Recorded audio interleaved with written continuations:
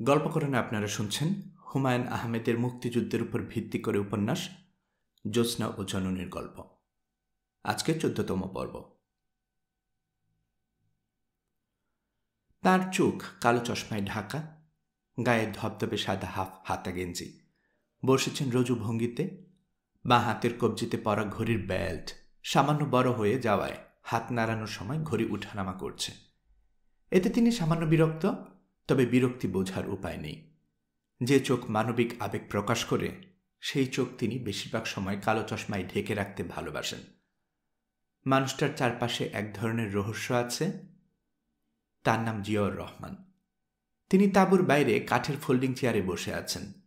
চারপাশের দৃশ্য অতি মনোরম। যেদিকে চোখ যায় জঙ্গলময় উঁচু পাহাড়, কোনো জনবসতি নেই। জায়গাটা মেঘালয় রাজ্যের ছোট্ট শহর তুরা থেকে মাইল 10 দূরে। নাম তেলঢালা। মেজর জিয়া ঘন জঙ্গলের দিকে কিছুক্ষণ তাকিয়ে চোখ ফেরালেন আকাশের দিকে। আকাশে মেঘের আনাগোনা। এই মেঘে বৃষ্টি হয় না, তবে এই অঞ্চলের বৃষ্টি ঠিক নেই। যে কোনো মুহূর্তে ঝুমঝুমিয়ে বৃষ্টি নামতে পারে। প্রায় স্বর্গের কাছাকাছি এই অপূর্ব বনভূমিতে জড়ো হয়েছে ইস্ট বেঙ্গল রেজিমেন্টের 1ম, 3য় এবং 8ম ব্যাটালিয়ন।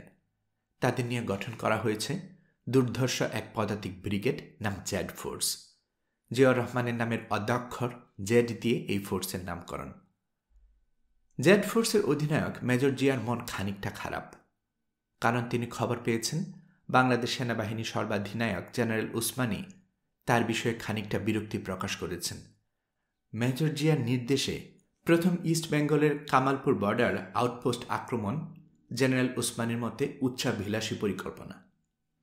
কামালপুর আক্রমণ করতে গিয়ে 1ম ইস্ট বেঙ্গলের নিহত হন 3 জন, 63 জন আহত হন। ডেল্টা কোম্পানির কমান্ডার সালাউদ্দিন শহীদ হন। ব্রাভো কোম্পানির কমান্ডার হাফিজউদ্দিন গুরুতর আহত হন। দুটো কোম্পানি কমান্ডারবিহীন হয়ে পড়ে। জেনারেল উসমানীর মতে, যেহেতু আমাদের লোকবল অস্ত্রবল কম, সেহেতু রক্তক্ষয়ী দুর্ধর্ষ পরিকল্পনায় যাওয়া ঠিক না। মেজর জিয়ার মতে হচ্ছে, আমি দেশের ভিতর যুদ্ধ করছি, কখন কি করব সেই সিদ্ধান্ত আমি নেব। সেনাবাহিনী প্রধান যিনি থাকেন বাংলাদেশ সরকারের দপ্তরে, তিনি পরিস্থিতি জানেন না। মেজর জিয়া এফ ফোর্সের অধিনায়ক মেজর কে এম শফিউল্লাহ এবং কে ফোর্সের অধিনায়ক মেজর খালেদ মোশাররফের সঙ্গে এক বৈঠকেও খোলাখুলি নিজের এই মত প্রকাশ করেন। তার কথা হল, গেরিলা ধরনের এই যুদ্ধে আমাদের সেনাবাহিনী সর্বাধিনায়কের প্রয়োজন নেই। আমাদের দরকার কমান্ড কাউন্সিল।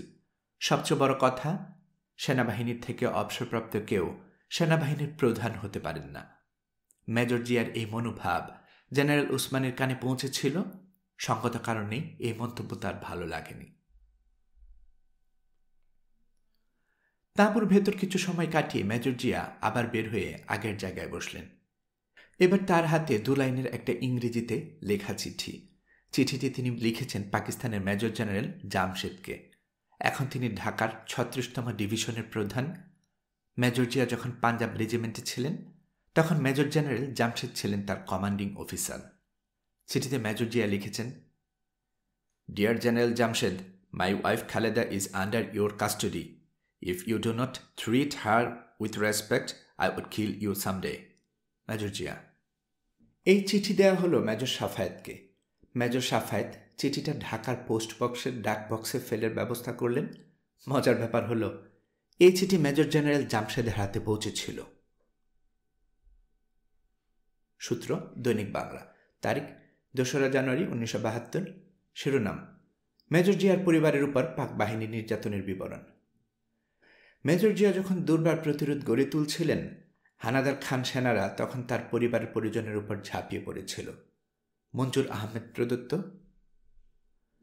বাংলাদেশ মুক্তিযুদ্ধের বীর নায়ক মেজর, বর্তমানে কর্নেল জিয়া যখন হানাদার পাক বাহিনীর বিরুদ্ধে তীব্র প্রতিরোধ গড়ে তুলে তাদেরকে নাজেহাল করে তুলছিলেন, তখন তার প্রতি আক্রোশ মেটাবার ঘৃণ্য পন্থা হিসেবে খান সেনারা নৃশংসভাবে ঝাঁপিয়ে পড়েছিল তার আত্মীয় স্বজন, পরিবার পরিজনের উপর।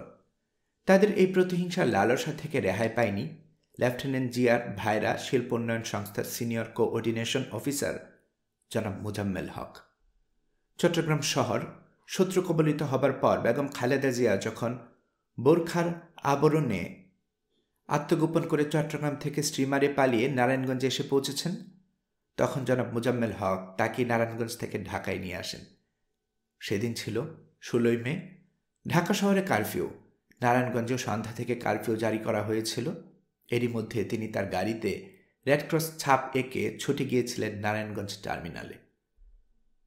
বেগম জিয়াকে নিয়ে আসার দিন 10 পর 26 মে শিল্প উন্নয়ন সংস্থার হক নাম সংবলিত যত অফিসার আছেন সবাইকে ডেকে পাক সেনারা কর্নেল জিয়ার সঙ্গে কারো কোনো সম্পর্ক বা আত্মীয়তা আছে কি না জানতে চায়। জনাব মোজাম্মেল হক বুঝতে পারলেন বিপদ ঘনিয়ে আসছে। তিনি সেখানে কর্নেল জিয়ার সাথে তার আত্মীয়তার কথা গোপন করে অসুস্থতার অজুহাতে বাসায় ফিরে আসেন এবং অবিলম্বে বেগম জিয়াকে তার বাসা থেকে সরাবার ব্যবস্থা করতে থাকেন। কিন্তু উপযুক্ত কোনো স্থান না পেয়ে শেষ পর্যন্ত 28 মে তিনি তাকে ধানমন্ডিতে তার এক মামার বাসায় কয়েকদিনের জন্য রেখে আসেন এবং সেখান থেকে 3রা জুন তাকে আবার জিওলজিক্যাল সার্ভের অ্যাসিস্ট্যান্ট ডিরেক্টর জনাব মুজিবুর রহমানের বাসা এবং এরও কয়েকদিন পর জিওলজিক্যাল সার্ভের ডেপুটি ডিরেক্টর জনাব SK আবদুল্লাহর বাসায় স্থানান্তরিত করা হয়। এরই মধ্যে 13 জুন তারিখে পাক বাহিনীর লোকেরা এসে হানা দেয় জনাব মোজাম্মেল হকের বাড়িতে। জনক কর্নেল খান এই হানাদার দলের নেতৃত্ব করছিল। কর্নেল খান বেগম জিয়া সম্পর্কে জিজ্ঞাসাবাদ করেন এবং জানায় যে এই বাড়িতে তার বেগম জিয়াকে দেখেছে কিনা তারা।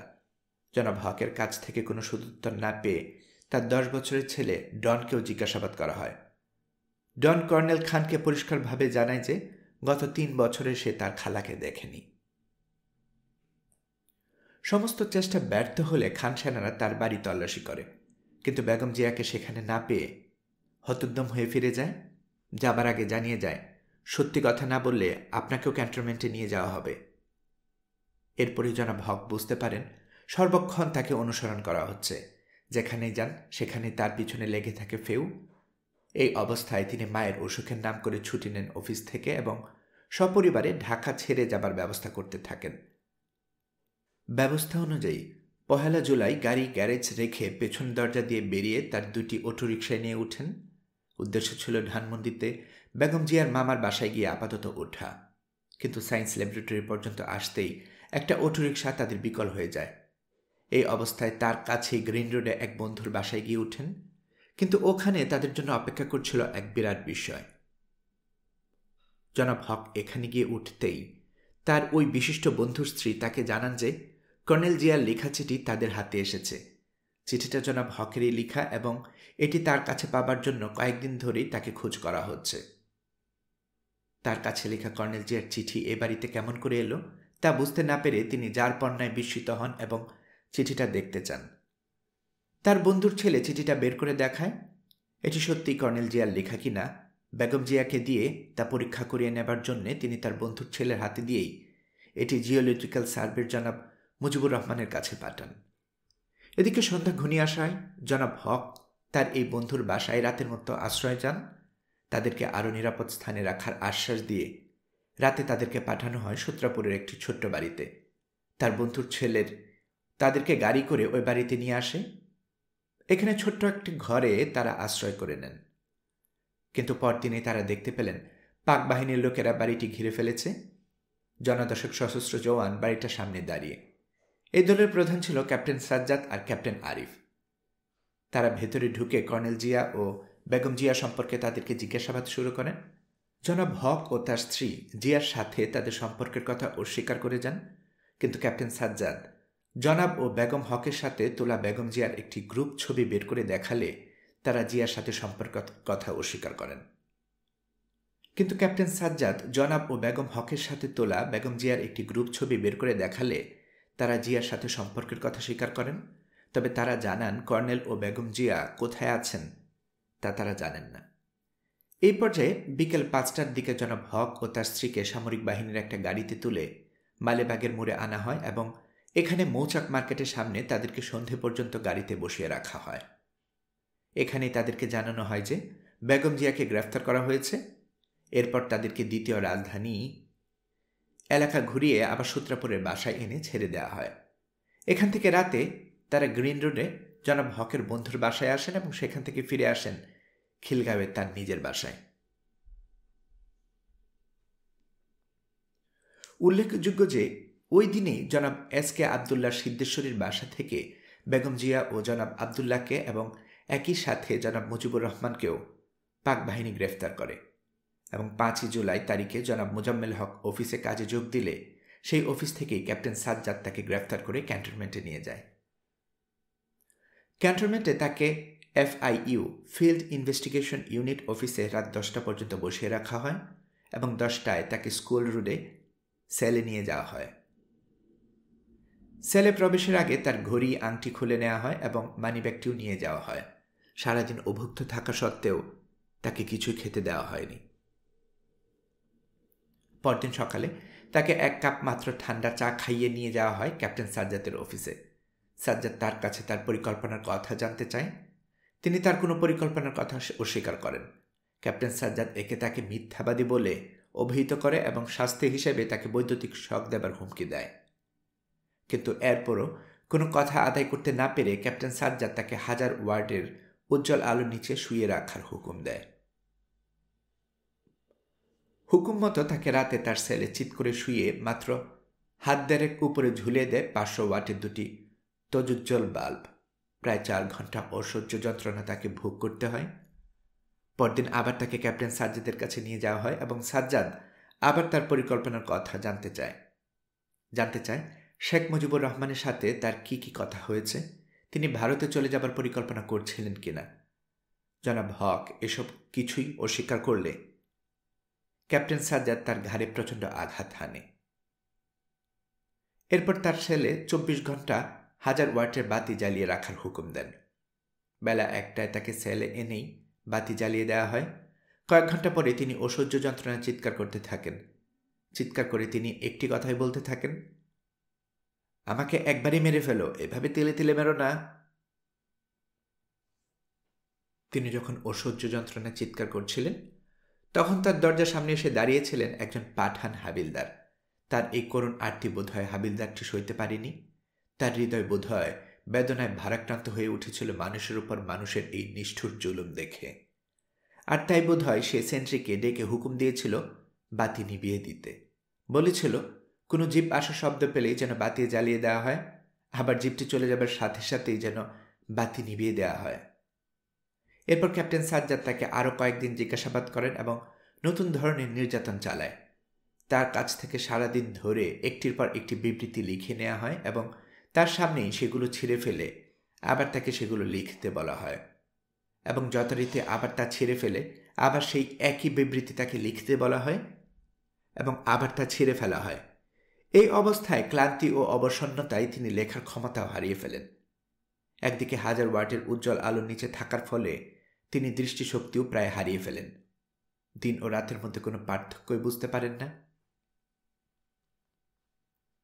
26 জুলাই বিকেলে তাকে ইন্টার স্টেট স্ক্রুটিনিং কমিটি ISSC ছাউনিতে নিয়ে যাওয়া হয়। এখানে একটি ছোট্ট কামরায় তারা মোট 110 জন আটক ছিলেন। বিকেল 5টার দিকে তাকে বের করে রান্নাঘরে বড় বড় পানির ড্রাম ভরার কাজ দেওয়া হয়। এই কাজে আরও একজনকে তার সাথে লাগানো হয়। তিনি হচ্ছেন জিওলজিক্যাল সার্ভের জনাব SK আবদুল্লাহ। তারা দুজনে প্রায় পোয়া মাইল দূরে ট্যাপ থেকে বড় বড় বালতিতে করে পানি টেনে 3টি বড় ড্রাম ভর্তি করে। রাতে লাইন করে দাঁড় করিয়ে তাদের একজন করে খাবার দেওয়া হয়। এতদিন পর এই প্রথম তিনি খেতে পান গরম ভাত ও গরম ডাল। পরদিন সকালে তার এবং আরও অনেকের মাথার চুল সম্পূর্ণ কামিয়ে দেওয়া হয়। এখানে বিভিন্ন কামরায় তাকে কয়েকদিন আটক রাখার পর 6 আগস্ট নিয়ে যাওয়া হয় field investigation centre FIC। Major Faruki ছিলেন সেই কেন্দ্রের প্রধান এবং এখানে সকলের উপর নির্যাতন করার দায়িত্বে নিযুক্ত ছিল সুবেদার মেজর নিয়াজি। ফারুকি এখানে তাকে আবারও জিজ্ঞাসাবাদ করে এবং তাকে বিবৃতি দিতে বলে, কিন্তু বিবৃতি লেখানোর নাম করে সেই পুরনো নির্যাতন আবার শুরু হয়। একটানা 3 দিন ধরে তিনি একই বিবৃতি একের পর এক লিখে গেছেন এবং তার সামনে তা ছিঁড়ে ফেলে আবার সেই একই বিবৃতি তাকে লিখতে বলা হয়েছে। 9 আগস্ট তাকে দ্বিতীয় রাজধানীতে স্থানান্তর করা হয় এবং এখানে বিভিন্ন কক্ষে তাকে প্রায় 1.5 মাস আটক রাখার পর 21 সেপ্টেম্বর কেন্দ্রীয় কারাগারে পাঠানো হয়। সেখান থেকে 30 অক্টোবর তিনি মুক্তি পান। ইতিমধ্যে রাজাকাররা 3 দফা তার বাড়িতে হামলা চালিয়ে সর্বস্ব লুটপাট করে নিয়ে যায়। সর্বশেষ গত 13 ডিসেম্বর তারা তার গাড়িটিও নিয়ে যায়।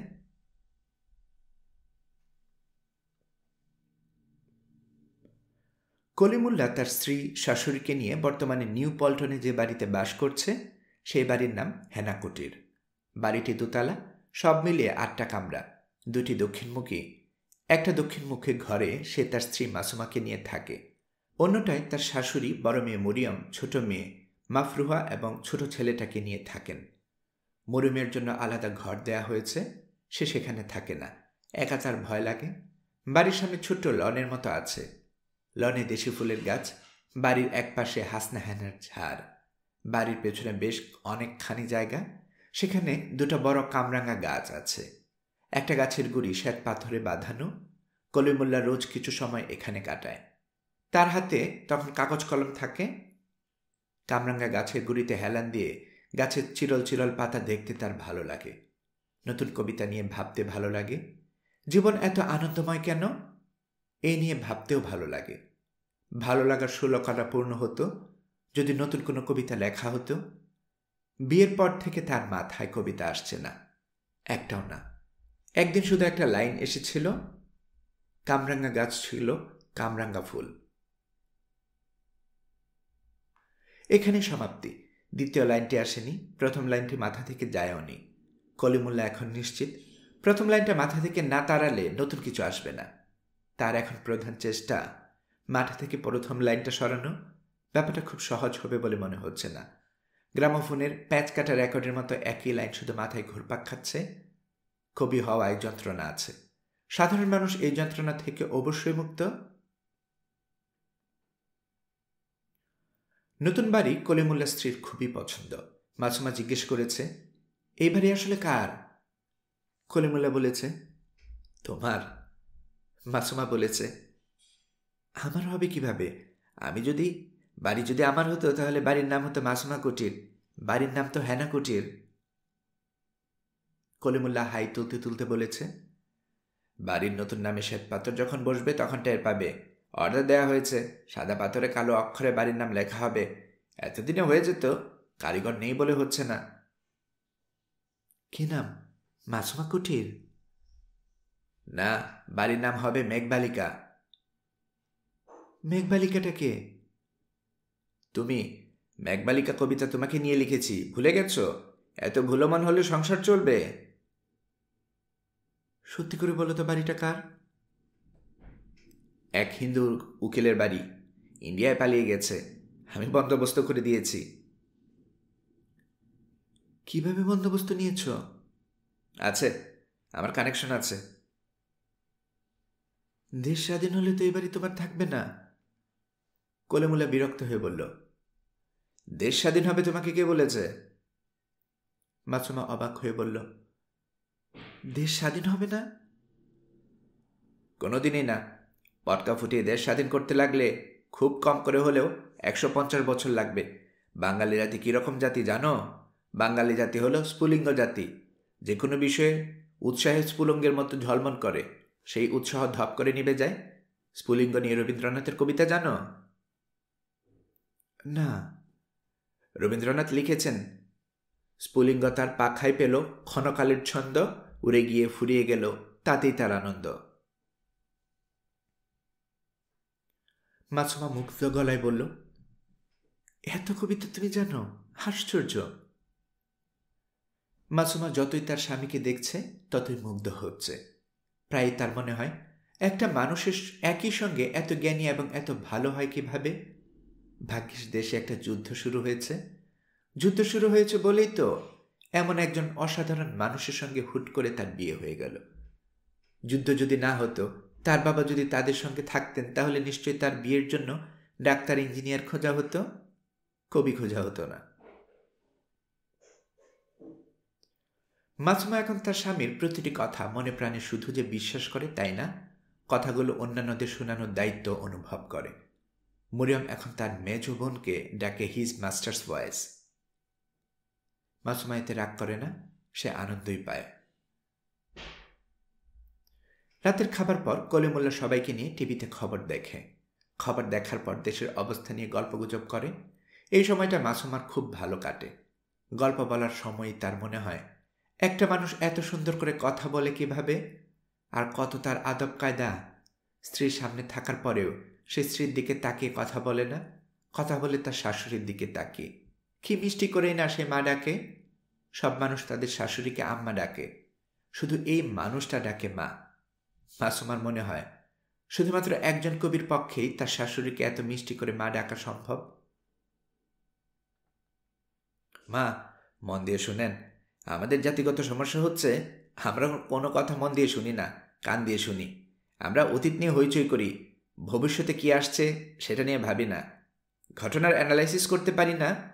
আমি আজ একটা অ্যানালাইসিস দেব, দেখেন আপনার কেমন লাগে।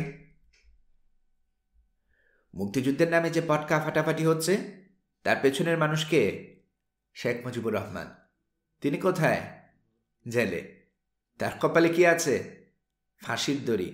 কাজেই শেখ মুজিবুর রহমান প্রসঙ্গ এখানেই শেষ, ফুল স্টপ, কমা সেমিকোলন না, একেবারে ফুল স্টপ। বাকি থাকলো কারা? আওয়ামী লীগের নির্বাচিত প্রতিনিধিরা। তারা কি করছেন? একে একে দল ছেড়ে ইয়াহিয়া খানের সঙ্গে যোগ দিচ্ছেন। আজও একজন করেছেন, চট্টগ্রামের এমপি সিরাজুল ইসলাম চৌধুরী। কিছুক্ষণ আগে নিউজে দেখলাম, দেখলেন না? গত সপ্তাহে বগুড়ার 2 আওয়ামী এমপি পাকিস্তানে যোগ দিল। এরা কেউ বেকুব না, এরা বাতাস বোঝে, কখন কোন দলে যেতে হবে জানে। যারা প্রথম ধাক্কায় ইন্ডিয়া চলে গেছে তারা পড়েছে বেকায়দায়, ইচ্ছে থাকলেও ইয়াহিয়ার সঙ্গে যোগ দিতে পারছে না। তারা আছে সুযোগের অপেক্ষায়, এই ফিরে এলো বলে। তারা যে আশা করছে ইন্ডিয়া বাংলাদেশের জন্য যুদ্ধ করবে, সে আশায় ঘুরে বালি না, শুধু আশার ঘুরে গু। মা, একটা খারাপ কথা বলে ফেলেছি, বেয়াদবি মাফ করবেন। ইন্দিরা গান্ধীর সাগু খাওয়া মেয়ে না, সে নামটা জানা মেয়ে। ইন্ডিয়া পাকিস্তানের সঙ্গে যুদ্ধ শুরু করলেই লাদাখ দিয়ে শত শত চাইনিজ সৈন্য ইন্ডিয়ার ভেতরে ঢুকে পড়বে, একটানে তারা চলে আসবে মেঘালয় পর্যন্ত। ইন্দিরার অবস্থা তখন কি হবে? ইন্দিরাকে বলতে হবে, ভিক্ষা চাই না, তোমার কুত্তাটাকে একটু সামলাও। এখানেই শেষ না, থাপা মেরে বসে আছে আমেরিকা। প্রেসিডেন্ট নিক্সন ঝিম ধরে আছেন, তবে ঝিম ধরা অবস্থাতেও সিগন্যাল পাঠিয়ে দিয়েছেন ইন্ডিয়ার কাছে। সিগন্যালটা হলো, ইন্দিরা, তুমি অনেকদিন আমাদের চিরশত্রু রাশিয়ার সঙ্গে ঘষাঘষি করেছ, আমি চুপ করে দেখেছি, আর দেখব না। আমেরিকা কি বুঝেন তো মা? আমেরিকা হলো বাঘের বাবা টাগ। বাঘ লাফ দিয়ে ঘাড়ে পড়ে, টাগ লাফ দেয় না, লেজ দিয়ে একটা বাড়ি দেয়, এক বাড়িতেই কাজ শেষ। মরিয়ম ভয়ে ভয়ে বলল, যারা মুক্তিযুদ্ধ করছে তাদের কি হবে? কলিমুল্লাহ মরিয়মের দিকে তাকিয়ে বলল, হাপা, সত্য জবাবটা আপনাকে দিতে খারাপ লাগছে, কারণ ভাই সাহেব মুক্তিযুদ্ধে গেছেন, ঝড় বৃষ্টি প্যাক কাদায় কী করছেন তিনিই জানেন। তারপরে সত্যটা বলি, তাদের মোহ ভঙ্গ হবে, অনেকে ইতিমধ্যে হয়েও গেছে। এরা অস্ত্রপাতি ফেলে নিজের ঘরে ফেরার চেষ্টা করবে। যারা আগে রেগুলার আর্মিতে ছিল তাদের কোর্ট মার্শাল হবে, যারা রেগুলার আর্মি না তাদের কি হবে বলতে পারি না। শাস্তি হতে পারে, আবার সাধারণ ক্ষমা ঘোষণাও হতে পারে। আজকের মতো আলোচনা শেষ, মা যান, ঘুমোতে যান। আপনার ঘুম কম হচ্ছে, আপনার ঘুম দরকার, চিন্তা করবেন না। চিন্তায় ভাত নেই, কর্মে ভাত। কর্মে ভাত কথাটা এখন কলিমুল্লার জন্য প্রযোজ্য। সে প্রচুর কাজ করছে, সেনাবাহিনীকে ছোটোখাটো জিনিস সাপ্লাই দিচ্ছে, অদ্ভুত অদ্ভুত সব জিনিস। একবার সাপ্লাই দিল 1 টন নারিকেল তেল। 1 টন নারিকেল তেলে তাদের প্রয়োজনটা কি কে জানে? ট্যাঙ্কের চাকায় কি দেবে? জিজ্ঞেস করলে হয়তো জানা যায়। কলিমুল্লা জিজ্ঞেস করে না, বাড়তি কৌতূহল দেখানোর দরকার কি? তার সাপ্লাই দেওয়ার নিয়ে কথা। মিলিটারি সাপ্লাই মানে পয়সা, নগদ পয়সা। মিলিটারি সাপ্লাই ছাড়াও সম্পূর্ণ নতুন এক জায়গা থেকে ভালো টাকা আসছে। টাকাটা অন্যায়ভাবে আসছে তা ঠিক, তবে যুদ্ধের বাজারে ন্যায় অন্যায় 2 যমজ ভাই। বোঝার উপায় নেই কোন ভাই ন্যায় আর কোন ভাই অন্যায়। দুজনেই দেখতে একই রকম। টাকা বানানোর নতুন কায়দা হলো বন্দি শিবির থেকে খবর বের করা। আত্মীয় স্বজনরা খবরের জন্য আধা পাগল হয়ে থাকে, টাকা খরচ করতে তাদের কোনো অসুবিধা নাই। গয়না বাড়ি ঘর বিক্রি করে হলেও টাকার জোগাড় করবে, শুধু একটা খবর দরকার, বেঁচে আছে না মারা গেছে। খবর সাপ্লাইয়ের ব্যবসা অনেকেই করছে, ঘরে বসে উপার্জন, কোনো রিস্ক নেই। অনেক বিহারি যেখানে করছে সেখানে তার এই ব্যবসা করতে ক্ষতি কি? বরং লাভ আছে। টাকাটা বিহারিদের হাতে না গিয়ে বাঙালির হাতে থাকলো। এই ব্যবসায় তার এক বিহারি পার্টনার অবশ্য আছে, মজনু শেখ। টাকার অর্ধেক ভাগ তাকে দিতে হয়, পুরো টাকাটা সে রাখতে পারে না। ব্যবসাটা একা করতে পারলে ভালো হতো, সেটা সম্ভব হচ্ছে না। বিহারের লোক ছাড়া বিষয়টি বিশ্বাসযোগ্য করা যায় না। বাঙালিরা এখন বিহারি বিশ্বাস করে না, শুধু এই একটি ক্ষেত্রে বিহারির কথা তারা বিশ্বাস করে।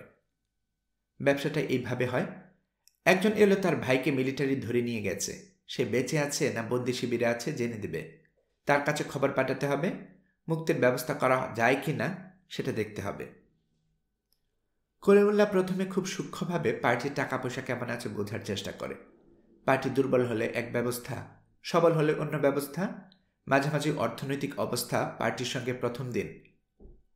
কলিমুল্লাহকে নিম্নোক্ত কথাবার্তা বলতে হয়। আপনার ভাইকে কবে ধরে নিয়ে গেছে?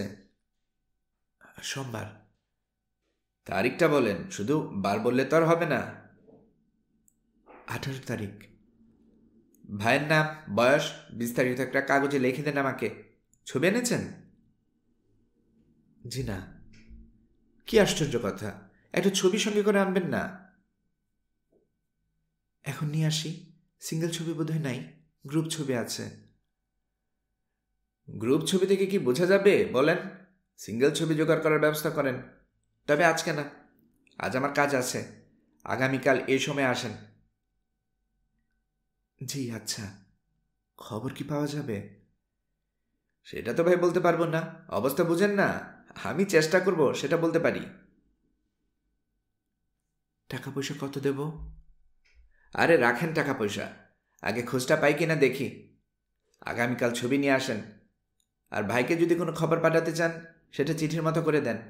সেই চিঠিতে খবরদার আপনার ভাইয়ের নাম উল্লেখ করবেন না, নিজেদের নামও লিখবেন না। চিঠি ধরা পড়লে বিরাট সমস্যা হয়। ভাই সাহেব, কিছু টাকা দিয়ে যাই। আপনার মনে হয় টাকা বেশি হয়ে গেছে? এখন বাড়িতে যান, আল্লাহ খুদার নাম নেন, টাকা খরচের সুযোগ পাবেন। পার্টি খুবই খুশি হয়ে বাড়ি যায়। এক ধরনের ভরসাও পায় যে এরা ধান্দাবাজ না। পরের 2 সপ্তাহ পার্টিকে শুধু খেলানো। প্রথমবার বলা যে বেঁচে আছে, তবে পুরো নিশ্চিত না। তারপরের বার বেঁচে আছে এই ব্যাপারটা পুরোপুরি নিশ্চিত, তবে মিলিটারি খুবই অত্যাচার করছে। মার বন্ধ করার জন্য টাকা। তারপরের বার খাওয়া দাওয়া বন্ধ, একবেলা শুধু একটা শুকনো রুটি দিচ্ছে। টাকা খরচ করলে হয়তো রেশনের খাওয়া পাবে, তবে নিশ্চিত। শেষবারে বড় অঙ্কের টাকা নেওয়া হয় মিলিটারিকে ঘুষ দিয়ে রিলিজ নিয়ে আসার জন্য। তবে আগেই বলা হয় সম্ভাবনা মাত্র 30%, ভাগ্য ভালো থাকলে রিলিজ করা যাবে, ভাগ্য খারাপ হলে পুরো টাকা নষ্ট হবে। এখন আপনি দেখেন চান্স নেবেন কিনা। আমাকে যদি জিজ্ঞেস করেন, আমি বলবো চান্স না নিতে। এরা আজকাল রিলিজ করে দেবে এই বলে টাকা খায়, কিন্তু কাজ করে না, বিরাট হারামির জাত। এই কথা বলার পরেও সব পার্টি টাকা দেয়। সম্ভাবনা যত কমই হোক, একটা চেষ্টা কত করা হলো। কলিমুল্লাহকে গুছিয়ে কথা বলা ছাড়া আর কিছুই করতে হয় না। ঘরে বসে রোজগার। কলিমুল্লাহর মাঝে মাঝে মনে হয় যুদ্ধের সময় হলো বুদ্ধি পরীক্ষার সময়। বুদ্ধি থাকলে যুদ্ধের সময় করে খেতে পারবে, বুদ্ধিতে না থাকলে শেষ। নিজের বুদ্ধিতে কলিমুল্লাহ নিজেই মাঝে মাঝে চমৎকৃত হয়। জোহর সাহেবের সঙ্গে কলিমুল্লাহর যোগাযোগ আছে, তবে জোহর সাহেব এখন আগের চেয়ে অনেক ব্যস্ত। সবসময় তার ঘরে লোকজন থাকে, বেশিরভাগ দিনেই কথাবার্তা হয় না। কলিমুল্লাহর ধারণা যে প্রয়োজনে প্রথম তাকে ডাকা হয়েছিল, সেই প্রয়োজন ফুরিয়ে গেছে বলেই তার আলাদা ডাক পড়ে না। প্রয়োজনটা কি ছিল তা এখনও কলিমুল্লাহর কাছে পরিষ্কার না। প্রয়োজন শেষ হলে তাকে পুরোপুরি বিদায় করে দেওয়ার কথা, এটা তাও করছে না। শত ব্যস্ততার মধ্যেও জোহর সাহেব তার দিকে তাকিয়ে পরিচিত ভঙ্গিতে মাথা নাড়েন। এটাই কম কি? জোহর সাহেব অতি ক্ষমতাধর ব্যক্তি। ক্ষমতাধর মানুষের চোখের ইশারারও দাম আছে। জোহর সাহেবের শরীর স্বাস্থ্য মনে হয় খুব খারাপ হয়েছে। চাদর আগে গায়ে দিতে রাখতেন, এখন চাদরের নিচে ফুল হাতা সোয়েটার পরেন। দুর্দান্ত গরমে একজন মানুষ ফুল হাতা সোয়েটার এবং চাদর গায়ে দিয়ে থাকে কিভাবে, সেও এক রহস্য। তিনি সারাক্ষণই কাশেন, যক্ষা রোগীর কাশির মতো খুসখুসে কাশি। ব্যাটাকে যক্ষা ধরেছে কিনা কে জানে। কলিমুল্লাহ যখন ধরে নিয়েছিল জোহর সাহেব তাকে আর ডাকবেন না, আলাদা করে কথাবার্তা বলবেন, তখন ডাক পড়ল। সেদিন ঘরের লোকজন নেই, জোহর সাহেব একা। তার পুরনো ভঙ্গিতে চেয়ারে পা তুলে বসে আছেন, খুসখুসে কাশি কাশছেন। কেমন আছো কবি? বিনয়ে গলে যাবার মতো ভঙ্গি করে কলিমুল্লাহ বলল, স্যার, আপনার দোয়া। টাকা পয়সা ভালো কামাচ্ছেন তো? কলিমুল্লাহ খানিকটা হকচকিয়ে গেল। সে টাকা পয়সা কামাচ্ছে, এই তথ্য জোহর সাহেবের জানার কথা না। বেটা মনে হয় আন্দাজে ঢিল ছুঁড়েছে। এরা আন্দাজে ঢিল ছোড়ার বিষয়ে উস্তাদ। জোহর সাহেব কাশতে কাশতে বললেন, টাকা পয়সা যা কামানো দ্রুত কামিয়ে নিন, সুযোগ বেশি দিন নাও থাকতে পারে। কলিমুল্লাহ প্রসঙ্গ পাল্টাবার জন্য বলল, স্যারের কি শরীরটা খারাপ? হ্যাঁ, খারাপ। আমার নিজের ধারণা লাংস ক্যান্সার। ডাক্তার এই কারণেই দেখাচ্ছে না। আপনার শরীর ভালো তো? জি জনাব, আমি ভালো। মোবারক হোসেন সাহেবের মেয়েকে বিয়ে করেছেন? এবার কলিমুল্লাহ সত্যি সত্যি চমকাল। এই খবর কোনো ক্রমেই জোহর সাহেবের জানার কথা না। ব্যাটা জানে কিভাবে? কলিমুল্লাহ নিজের বিষয় গোপন করতে করতে বলল, জি স্যার, অসহায় পরিবার, মনটা একটা খারাপ হয়ে গেল। মাথার উপরে দেখাশোনার কেউ নেই, এই ভেবে এত বড় দায়িত্ব নিলাম। আপনার কথাও তখন মনে পড়ল। আমার কথা মনে পড়ল কেন? আপনি বলেছিলেন পরিবারটির জন্য আপনি কিছু করতে চান। কলিমুল্লাহ, জি স্যার। তুমি অনেক বুদ্ধিমান, কিন্তু তোমার চেয়ে আমার বুদ্ধি অনেক বেশি। কেউ যখন আমাকে খুশি করার জন্য কিছু বলে, আমি সঙ্গে সঙ্গে বুঝে ফেলি। আমার তখন ভালো লাগে না। আমি ভুল করে থাকলে মাফ করে দেবেন স্যার। আলবদর বাহিনী তৈরি হচ্ছে, শুনেছ? জি না স্যার। আমি চাই তুমি আলবদরে ঢুকে যাও। সেখানে কিছু বুদ্ধিমান মানুষ দরকার। আপনি যা বলবেন তাই হবে স্যার। কোরআন শরীফ পড়েছ? কলিমুল্লাহ বিস্মিত হবার ভঙ্গি করে বলল, মুসলমানের ছেলে কোরআন শরীফ পড়ব না, কি বলেন স্যার? জোহর সাহেব কাশি থামিয়ে শান্ত গলায় বললেন, আল্লাহ পাক কোরআন শরীফে বলেছেন, মানুষকে আমি সর্বোত্তম রূপে তৈরি করেছি। সে যখন পরিবর্তিত হয় তখন তাকে সর্বনিম্ন স্তরে নিয়ে যাই। কলিমুল্লাহ বলল, বাহ, সুন্দর আয়াত। জোহর সাহেব কলিমুল্লার দিকে ঝুঁকে এসে বললেন, তুমি ছিলে কবি। একজন কবি হলো মানুষের সর্বোত্তম রূপ। তুমি যখন পরিবর্তিত হবে তখন কতটা পরিবর্তিত হও সেটা আমার দেখার ইচ্ছে। স্যার কি আমার উপর কোনো কারণে রাগ করেছেন? না, রাগ করিনি। একজন কবি কি কখনো আরেকজন কবির উপর রাগ করতে পারে? ভালো কথা। কোরআন শরীফে কবিদের প্রসঙ্গে একটা আয়াত আছে, সেটা কি জানো? জি না স্যার। পরের বার আয়াতটা জেনে আসবে, তখন এই আয়াত নিয়ে আমরা আলোচনা করব। জি আচ্ছা স্যার। জোহর সাহেবের ঘর থেকে বের হয়ে কলিমুল্লাহ মনে মনে বলল, তোর দিন ঘনায় এসেছে। দিন ঘনায় আসলে মানুষ ধর্ম কপচায়, তুইও ধর্ম কপচাচ্ছিস। মনে মনে এই ধরনের কঠিন কথা বললেও সে পরদিনই আলবদরে ঢুকে গেল।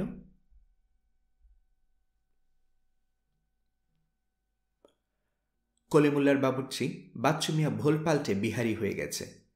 বিহারি হবার জন্য তাকে খুব বেশি পরিশ্রম করতে হয়নি। মাথার চুল ছোট ছোট করে কাটতে হয়েছে, একটা সানগ্লাস কিনতে হয়েছে, গলায় বাঁধার জন্য বাহারি রুমাল, প্যান্টের পকেটে রাখার জন্য মুখ বন্ধ চাকু। প্রতিদিনের ঢাকা শহরে সে কিছুক্ষণের জন্য ঘুরতে বের হয়, তখন মুখ ভর্তি থাকে পানে, হাতে সিগারেট। তার গা থেকে ভুরভুর করে আতরের গন্ধ বের হয়। লোকজন তার দিকে ভীত চোখে তাকায়। বাচ্চু মিয়ার বড় ভালো লাগে। যে কোনো পান সিগারেটের দোকানের সামনে সে যখন দাঁড়ায়, দোকানি ততষ্ট হয়ে পড়ে। কিভাবে খাতির করবে বুঝতে পারে না। বাচ্চু মিয়া পানের পিক ফেলে ঢেকুরের মতো শব্দ করে। ঢেকুরের শব্দটা করাটা সে সম্প্রতি আয়ত্ত করেছে। এই শব্দ লোকজন চমকায়, চমকানি দেখেও তার বড় ভালো লাগে। এবং পিক করে পানির পিক ফেলে। বিহারিদের পানির পিক ফেলা বাঙালির মতো নয়, তারা আয়োজন করে পিক ফেলে। এই কায়দাটাও এখন সে জানে। দোকানি যখন আতঙ্কে অস্থির হয়ে যায় তখন সে বলে, তুম সাচ্চা পাকিস্তান? গলা গম্ভীর। দোকানি ক্রমাগত হ্যাঁ সূচক মাথা নাড়তে থাকে। তখন বাচ্চু মিয়া দ্বিতীয় দফায় পানির পিক ফেলে, সিগারেট নিকালো। গলা আগের চেয়েও গম্ভীর। দোকানি তৎক্ষণাৎ এক প্যাকেট সিগারেট, বেশিরভাগ সময় ক্যাপস্টন, একটা শলার দাম 10 পয়সা, সহজ ব্যাপার না, বের করে দেয়। পান খিলাও, জর্দা ডবল, চোনা কম। দোকানি অতি দ্রুত পান বানাতে বসে। পান বানাতে শুরু করে। ভয়ে যখন তার হাত কাঁপতে শুরু করে তখন বাচ্চু মিয়ার মায়া হয়। সে নিচু গলায় বলে, ভাইজান, এত ডরাইতেছেন কি জন্যে? আমি বিহারি না, বাঙালি। বিহারির ভাব ধরেছি। দোকানের ভয় তাতেও কাটে না। তার চোখে তখন সন্দেহ। নতুন কোনো ফাঁদ নিশ্চয়ই। ডর খায়েন না ভাইজান, হাল্লার কসম আমি বাঙালি, বাচ্চু মিয়া নাম। খালি যে বাঙালি এইটাও না, আমি মুক্তি। এখন গলার স্বর চাপা। দোকানের চোখ বড় বড় হয়ে যায়। বাচ্চু মিয়া ফিসফিস করে বলে, দিনে বিহারি সাইজে ঘুরি, মিলিটারির খোঁজ খবর নেই। রাইতে বুম বুম বোমা। রাইতে আমরার বোমা আওয়াজ পান না? পাই। কাল রাতে পাইছিলেন? ইয়াদ করে দেখেন। জি। কয়বার পাইছেন বলেন দেখি? 3 বার। সন্ধ্যা রাইতে 2 বার, 11টার সময় 1 বার। রাত 11টার অপারেশনে আমি ছিলাম, সন্ধ্যা রাইতে ছিলাম না। 11টার অপারেশনে মিলিটারি মারা গেছে 3টা। এই পর্যায়ে দোকানে বিশ্বাস ফিরে আসে। তার চোখ মুখ থেকে ভয় কেটে যায়, মুখ হাসি হাসি হয়ে যায়। সে আনন্দিত গলায় বলে, ভাই চা খাইবেন? আপনার দোকানে চায়ের ব্যবস্থা কই? ব্যবস্থা নাই, আনায় দিই। আচ্ছা আনান। তার আগে সিগারেটের দামটা নেন। আমরা মুক্তি, জোর জবরদস্তি করে জিনিস নেয়া আমরা নিষেধ আছে। দোকানি প্রায় চেঁচিয়ে বলে, কি সর্বনাশ, আপনার কাছ থেকে সিগারেটের টাকা নিমু? হাম কি বেজন মা? মুক্তি সেজে গল্প করতে করতে বাচ্চু মিয়ার ভালো লাগে। তখন নিজেকে মুক্তি মনে হয়। ভাই সাহেব, আপনাদের অপারেশন কেমন চলতেছে? রাইতে বোমা শুনেন না? অবশ্যই শুনি, মাঝে মধ্যে দিনেও শুনি। রাত দিন বললে এখন আমরার কিছু নাই, সবসময় শুনবেন। আমরার দলের লোকজন আরও আসতেছে, প্রতিদিনই আসে। আলহামদুলিল্লাহ। মিলিটারির পাতলা পায়খানা শুরু হয়েছে, বুঝতেছেন না? অবশ্যই বুঝতেছি। চরমপত্র শুনেন? আরে কি বলেন, এটা না শুনলে চলে? চরমপত্র আর ঢাকা শহরে বোমার শব্দ, এই দুইটা না শুনলে আমার আর আমার পরিবারের ঘুম হয় না। দিন যতই যাচ্ছে বাচ্চু মিয়ার সাহস ততই বাড়ছে। এখন সে মাঝে মধ্যে মিলিটারির কোনো দল দেখলে এগিয়ে যায়। মিলিটারিরাও বিহারি দেখলে মনে ভরসা পায়। বাচ্চু মিয়া তাদের দিকে সিগারেটের একটা প্যাকেট বাড়িয়ে দিতে দিতে বলে, ভাই হালত কিয়া? মিলিটারিদের সঙ্গে তার ভালোই কথাবার্তা হয়। পানের পিক ফেলতে ফেলতে সে গম্ভীর গলায় বলে, সব মুক্তি ফিনিশ করডো, বাঙালি খতম করো, সব খতম। তার উর্দু ঠিক হয় না, তাতে সমস্যা নেই। বিহারিরাও ভালো উর্দু বলতে পারে না। বিহারিদের চেনার উপায় হলো বাংলা উর্দুর মিক্সচার ভাষা। এই ভাষা বাচ্চু মিয়া জানে। সন্ধ্যার আগে আগে বাচ্চু ঘরে ফিরে আসে। চাল ডালের খিচুড়ি বসিয়ে দেয়। রান্না ভালো হবে না খারাপ হবে এই নিয়ে চিন্তা করার কিছু নাই। সে একা মানুষ, কাঁচা চাল ডাল চিবিয়ে খেলেও কারো কিছু বলার নেই। একা থাকার এই মজা। সে কলিমুল্লার বাসাতে আছে।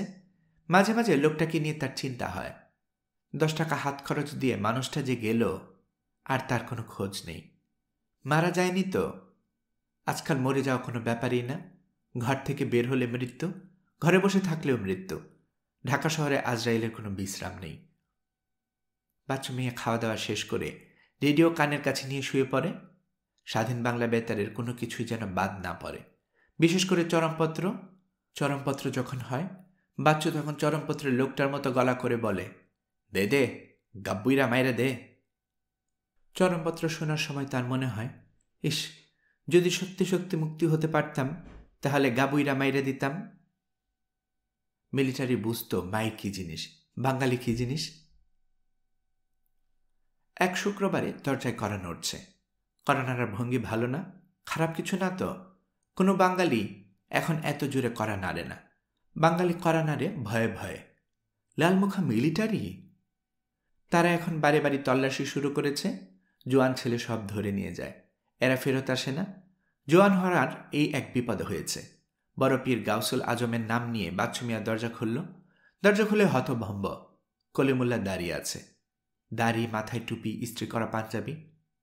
কলিমুল্লাহ বলল, কিরে, তুই এখনো আছিস? পালায়া যাস নাই? বাচ্চু মিয়া কদমবসি করতে করতে বলল, আমি যামু কই? আপনি খরচ বরচ কিছুই দিয়া যান নাই। খায়া না খায়া আসি। আপনি ছিলেন কই? কলিমুল্লাহ তীক্ষ্ণ চোখে ঘর দুয়ার দেখতে দেখতে বলল, জিনিসপত্র বিক্রি করেছিস নাকি? খালি খালি লাগছে।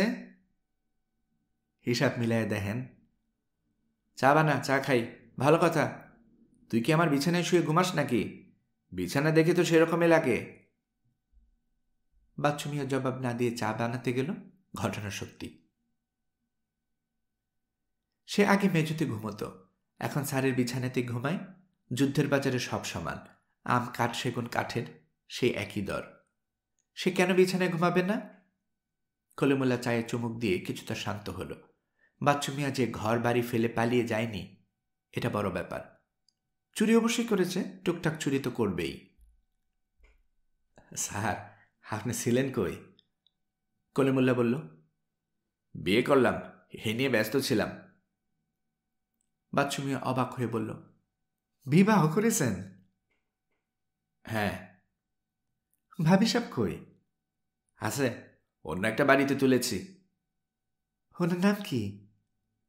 নাম দিয়ে তুই কি করবি? ফাজিলের মতো কথা। ওনার সাথে পরিচয় হবে না?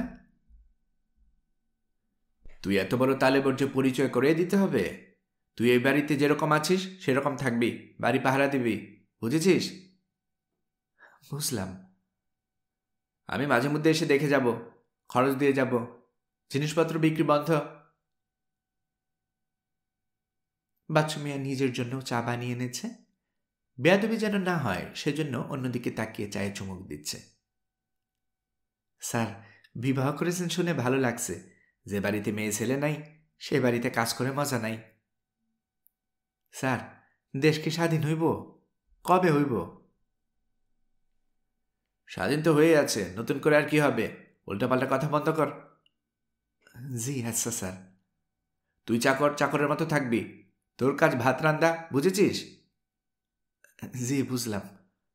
তো এখন অবশ্য ভাত রান্ধনের সময় না, কাজকর্মে ব্যস্ত থাকতে হয়। কলিমুল্লাহ তীক্ষ্ণ গলায় বলল, কি কাজকর্ম? বাচ্চু মিয়া উদাস গলায় বলল, মুক্তি হয়েছি স্যার। কি হয়েছিস? মুক্তি।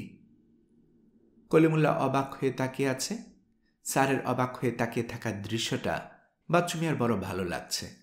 এখন সে আর ভাত রান্দার চাকর না, সে মুক্তি। মুক্তি কোনো সহজ জিনিস না। তুই মুক্তি হয়েছিস? জি, দিনে ঘুমাই, রাইতে অপারেশন। আইজ রাইতে অপারেশন আছে, দোয়া রাখেন। চাকে আরেক খাপ খাইবেন? বানাবো। কলিমুল্লাহ হ্যাঁ না কিছু বলল না। বাচ্চু মিয়া চা বানাতে গেল। তার বড় ভালো লাগছে যে তার স্যার তার কথা পুরোপুরি বিশ্বাস করেছে। যুদ্ধের বাজার বলেই এটা সম্ভব হয়েছে। যুদ্ধের বাজারে মিথ্যা কথাটাকে সবসময় সত্যি মনে হয়। এইটাই হলো যুদ্ধের বাজারের মজা। চায়ের কাপ কলিমুল্লার হাতে দিয়ে দিতে দিতে বাচ্চু মিয়া বলল, স্যার, একটু দোয়া রাখেন। আইজ আমরার বিরাট অপারেশন আছে। জীবন নিয়ে ফিরতে পারবো কিনা আল্লাহ মাবুদ জানে, মনে হয় না। অপারেশন কোথায়? এইটা বলা নিষেধ আছে। বাচ্চু মিয়া। যে স্যার। আমার সঙ্গে ফাইজলামি না করলে ভালো হয়। কয়েকদিনের জন্য বাইরে ছিলাম, এর মধ্যে তুই মুক্তি হয়ে গেছিস? বাচ্চু মিয়া কিছুক্ষণ চুপ করে থেকে বলল, ধরছেন ঠিক, তয় স্যার মুক্তিতে ঢুকতেছি, কথাবার্তা চলতেছে। চুপ। জি আচ্ছা, চুপ করলাম। স্যার গোসল করবেন? পানি গরম করি? না। গায়ে তেল ডলে দেই? হারাম পাইবেন। তেল ডলার পরে গোসলে মজা আছে, দিব? কলিমুল্লাহ উদার গলায় বলল, দে। আরামে কলিমুল্লার চোখ বন্ধ হয়ে আসছে। তার কাছে মনে হচ্ছে বাচ্চু মিয়ার শরীর ম্যাসাজের এই গুণটি তুচ্ছ করার মতো না। মাঝে মাঝে এই বাড়িতে এসে গা ম্যাসাজ করালে খারাপ হবে না? ম্যাসাজে রক্ত চলাচল ভালো হয়, শরীর ঠিক থাকে। শরীর ঠিক থাকা মানেই মেজাজ ঠিক থাকা। বাচ্চু মিয়া। জি স্যার। এত ভালো ম্যাসাজ তুই শিখেছিস কার কাছে? আমার উস্তাদ মনু মিয়া বাবুর্চির শৈল ডলতে ডলতে শিখছি। তোর কাজ যুদ্ধ না, রান্দাও না, তোর কাজ শৈল ডলা, বুঝেছিস? জি স্যার। যুদ্ধ বিষয়ে একটা পাঞ্জাবি শের শুনবি? জোহর সাহেবের কাছ থেকে শুনে নোট করে রেখেছিলাম। সেটা হলো, সুলে কিতিয়ান ফাতেজি বাতাবে কমর জং তিমুল না কাছেনি। এর অর্থ হলো, যদি শান্তি বিজয় আনে তাহলে যুদ্ধ করো না। কবিতাটা সুন্দর না? কলিমুল্লাহ স্যারের ঘাড় মাসাজ করতে করতে বাচ্চু বলল, যুদ্ধ ছাড়া আমরা গতিক নাই, বিনা যুদ্ধে পাঞ্জাবি যাবে না, খুব জাত। চুপ থাক। জি আইসা। বাঙালি যুদ্ধ করার জাত না, বুঝেছিস? জি বুঝেছি। তয় মনে একটা বিরাট শখ ছিল যুদ্ধ করবার। একটা পাঞ্জাবি মারতে পারলেও জীবন সার্থক হইত। আর কথা না, চুপ। যে আইসা। মাসাজ অতি আরামের হচ্ছে। কলিমুল্লাহ ঘুমিয়ে পড়েছেন। এই সুযোগে বাচ্চু মিয়া তার মনের কথা বলে যাচ্ছে। স্যার, ধরেন যুদ্ধ করা যদি কপালে নাও থাকে, একটা অপারেশন যদি খালি দেখতে পারতাম। একদিকে গুলি করতেছে মুক্তি, আরেকদিকে পাকিস্তান। পাকিস্তান ময়রা সাফ। এমন একটা দৃশ্য যদি দেখতে পারতাম, দেখি আল্লাহ কি করে, কপালে থাকলে দেখব। আপনি কি বলেন স্যার? আপনি কি ঘুমে? কলিমুল্লাহ পুরোপুরি ঘুমে। এই বিষয়ে নিশ্চিত হবার পরেই বাচ্চু মিয়া তার পকেট থেকে 10 টাকার একটা নোট সরিয়ে ফেলল। যুদ্ধের বাজারে চুরি দোষের মধ্যে পড়ে না। পরম করুণাময় মানুষের সমস্ত ইচ্ছা পূরণ করেন বলেই হয়তো বাচ্চু মিয়ার ইচ্ছাও পূরণ করলেন। সে চোখের সামনে মুক্তিদের বড় একটা অপারেশন দেখার সুযোগ পেল। সে বাংলা মোটরের কাছে বিহারি সেজে কয়েকজন পশ্চিম পাকিস্তানের পুলিশ, কালো পোশাকের মিলিটারি এবং সেনাবাহিনীর একজন সেকেন্ড লেফটেন্যান্টের সঙ্গে গল্প করছিল। এমন সময় দেখল একটা কালো রঙের টয়োটা গাড়ি তাদের কাছে এসে হঠাৎ যেন ব্রেক করে থামল। মুহূর্তেই গাড়ির জানালা থেকে প্রবল গুলি বর্ষণ হতে লাগলো। একটা গ্রেনেড উড়ে এসে গাড়ির ভেতর থেকে পড়ল। গাড়ি যেমন উড়ে এসেছিল ঠিক তেমনিভাবে উড়ে চলে গেল। বাচ্চু মিয়া মারা গেল চোখের সামনে ঢাকা শহরের গেরিলাদের ভয়াবহ একটা আক্রমণ দেখে।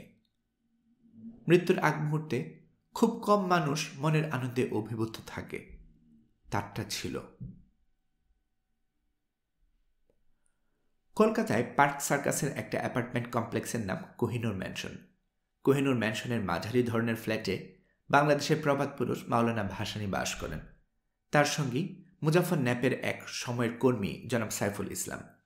সাইফুল ইসলামের দায়িত্ব বিভিন্ন জায়গায় মাওলানা ভাসানীর বিবৃতি পাঠানো, রাষ্ট্রপ্রধানদের কাছে লেখা চিঠি কপি করা, চিঠি পাঠানোর ব্যবস্থা করা। মাওলানা সেখানে খানিকটা নির্বাসিত জীবনযাপন করছেন। স্বাধীনতা যুদ্ধের মূল ধারা থেকে আলাদা, সংগ্রামময় দীর্ঘ জীবন পার করে এখন একটু যেন ক্লান্ত। তিনি ইন্দিরা গান্ধীকে নিজের হাতে একটা চিঠি লিখেছেন। তার বক্তব্য, আমার প্রথম পুত্রের মৃত্যু হয় ধুবড়ির গ্রামে, তাই আমার বৃদ্ধা স্ত্রী আশা শেষ দাফন ধুবড়ির গ্রামে যেন হয়। চিঠিতেও বিদায়ের সুর, যেন তিনি দুরাগত ঘণ্টার ধ্বনি শুনতে পাচ্ছেন। মাওলানা ভাসানী তার ফ্ল্যাটের বসার ঘরে বসে আছেন। তার পরনে সেলাইবিহীন লুঙ্গি, গায়ে ধবধবে সাদা ফতুয়া, ডান হাতে তসবির ছড়া। তিনি তসবি টানছেন। তার দৃষ্টি স্থির। তার সঙ্গে দেখা করতে এসেছেন বাংলাদেশ সরকারের প্রধানমন্ত্রী তাজউদ্দিন আহমেদ। প্রধানমন্ত্রী মাওলানার পা স্পর্শ করে সালাম করলেন। বিনীত গলায় বললেন, হুজুর কেমন আছেন? মাওলানা বললেন, ভালো আছি, মনে সুখে মাছি মারতেছি, এদিকে অনেক মাছি। আপনার খাওয়া দাওয়ার কোনো অসুবিধা হচ্ছে কি? মাওলানা তসবি টানা বন্ধ করে বললেন, খাওয়া দাওয়ার সুবিধার কথা বাদ দাও, কোনো কাজের কথা থাকলে বলো। হুজুর, আমি নানা অসুবিধায় আছি। কেউ অসুবিধায় নাই, তবে তোমার অসুবিধাটা বুঝতে পারি। বাতাস বড় গাছে লাগে, ছোট গাছে লাগে না। তুমি এখন বড় গাছ। বড় গাছ হওয়ার বাসনা কোনোদিন আমার ছিল না। হ্যাঁ, এই কথাটা সত্য বলেছ। আপনার কাছে পরামর্শের জন্য এসেছি।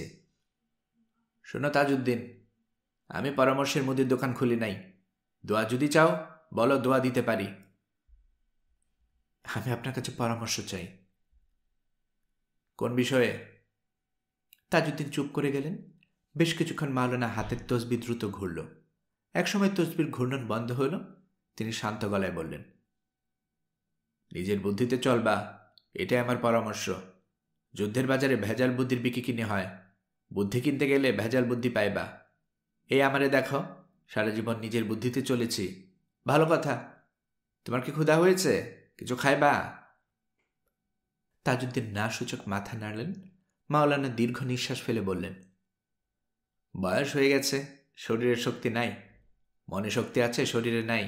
শরীরের শক্তি থাকলে তোমারে বলতাম, আমারে মুক্তিবাহিনীর কমান্ডার বানায়া আমার নিজের গ্রামে পাঠায় দাও। অনেক বড় বড় যুদ্ধ অস্ত্র ছাড়া করা যায়। শেষে কিন্তু অস্ত্র লাগে। খবরের কাগজে দেখলাম ফ্রান্সের আদ্রো মালরো এই বয়সেও বাংলাদেশের মুক্তিযোদ্ধাদের সঙ্গে থেকে সরাসরি যুদ্ধ করতে চান। খবরটা পড়ে এত ভালো লেগেছে যে সঙ্গে সঙ্গে চোখে পানি এসেছে। আমি খাস দিলে ওনার জন্য দোয়া করেছি। আমি ওনাকে ধন্যবাদ জানিয়ে একটা পত্র দিব। তুমি পাঠাবার ব্যবস্থা করো। জি, করব। আমার প্রতি আপনার কোনো আদেশ কি আছে? একটা আদেশ আছে। আদেশ বলো, অনুরোধ বলো, নির্দেশ বলো, একটাই আছে। বলুন, কি আদেশ? আমাকে স্বাধীন বাংলাদেশের ধুবড়ি গ্রামে পাঠাবার ব্যবস্থা করো। আমার সময় শেষ হয়ে আসছে। আমি আমার নিজ গ্রামে মরতে চাই। মাওলানা চোখ বন্ধ করলেন। আবারও তসবি ঘুরতে লাগলো। প্রধানমন্ত্রী উঠার ভঙ্গি করতেই মাওলানা ইশারায় তাকে বসতে বললেন। মাওলানা চোখ মেলে শান্ত গলায় বললেন, মাথা কাছে আনো, তোমার জন্য একটু দোয়া করে দেই। ভালো কথা, আমার এখান থেকে কিছু মুখে না দিয়া যাবা না। চাল ভাজা খাবে? চাল ভাজতে বলি, তেল মরিচ দিয়া চাল ভাজা খাও, বাংলাদেশি খাদ্য। প্রধানমন্ত্রী মাথা এগিয়ে দিয়ে চোখ বন্ধ করে বসে আছেন। মাওলানা তার মাথায় হাত রেখে বিড়বিড় করে দোয়া পড়ছেন।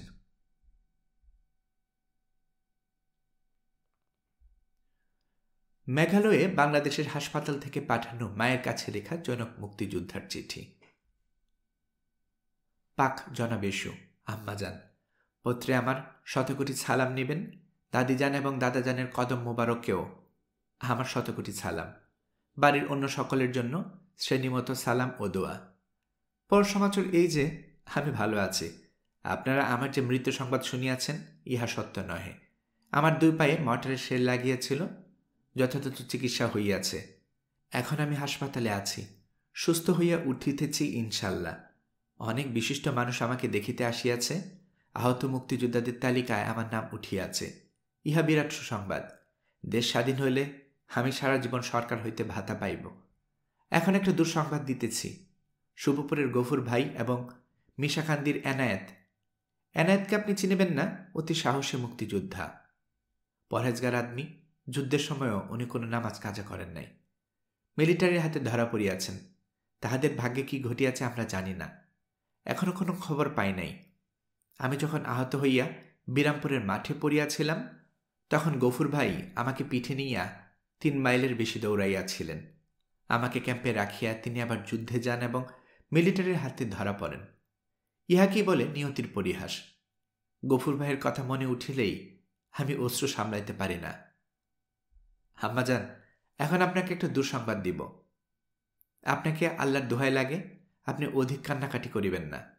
আল্লাহ যা করেন মঙ্গলের জন্য করেন, এই কথাটা মনে রাখিবেন। ডাক্তাররা আমার 2টি পা হাঁটুর নিচে হইতে কাটিয়া বাদ দিবার সিদ্ধান্ত নিয়েছেন। ডাক্তাররা বলিতেছেন, ইহা ব্যতীত আমার জীবন রক্ষা করা সম্ভব হইবে না। দাদিজানের কাছে এই সংবাদ লোকায়িত রাখিবেন। তিনি বৃদ্ধ মানুষ। এই সংবাদে তিনি অত্যাধিক কষ্ট পাইবেন। শেষে তাহার ভালো মন্দ কিছু হইয়া যাইবে। আম্মাজান, আমি গত পরশু দিবাগত রাতে আব্বাজানকে খোয়াবে দেখিয়াছি। তিনি সাদা রঙের একটা বড় পাঞ্জাবি পরিধান করিয়া আমার বিছানার পাশে বসিয়া আছেন এবং আমার গায়ে মাথায় হাত বুলাইয়া আমাকে আদর করিতেছেন। তাহার সহিত আমার কিছু টুকটাক সাংসারিক আলাপ হয়। আফসোস, কি আলাপ হয় তাহার কিছুই মনে নাই। অনেকদিন পর আব্বাজানকে খোয়াবে দেখিয়া মনে অতীব আনন্দ পাইয়াছি।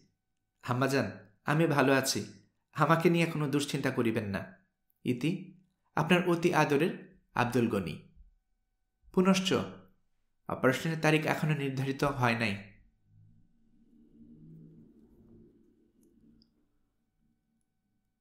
গল্পকরণে এতক্ষণ আপনারা শুনছিলেন মুক্তিযুদ্ধের উপর ভিত্তি করে উপন্যাস জ্যোৎস্না ও জননীর গল্প। উপন্যাসটি লিখেছে হুমায়ুন আহমেদ। এর 14তম পর্ব আজকে আমি এখানেই শেষ করছি। আমি নিয়মিতভাবে গল্প পাঠ করে আপনাদেরকে শোনাচ্ছি। গল্প পাঠ ভালো মনে করে থাকলে আমার এই গল্পটি আপনার বন্ধুবান্ধব প্রিয়জন সবার কাছে শেয়ার করবেন, তাতে করে তারা এই গল্পটি শোনার সুযোগ পাবে। আপনারা ভালো থাকবেন সে প্রত্যাশায় এখানে বিদায় নিচ্ছি।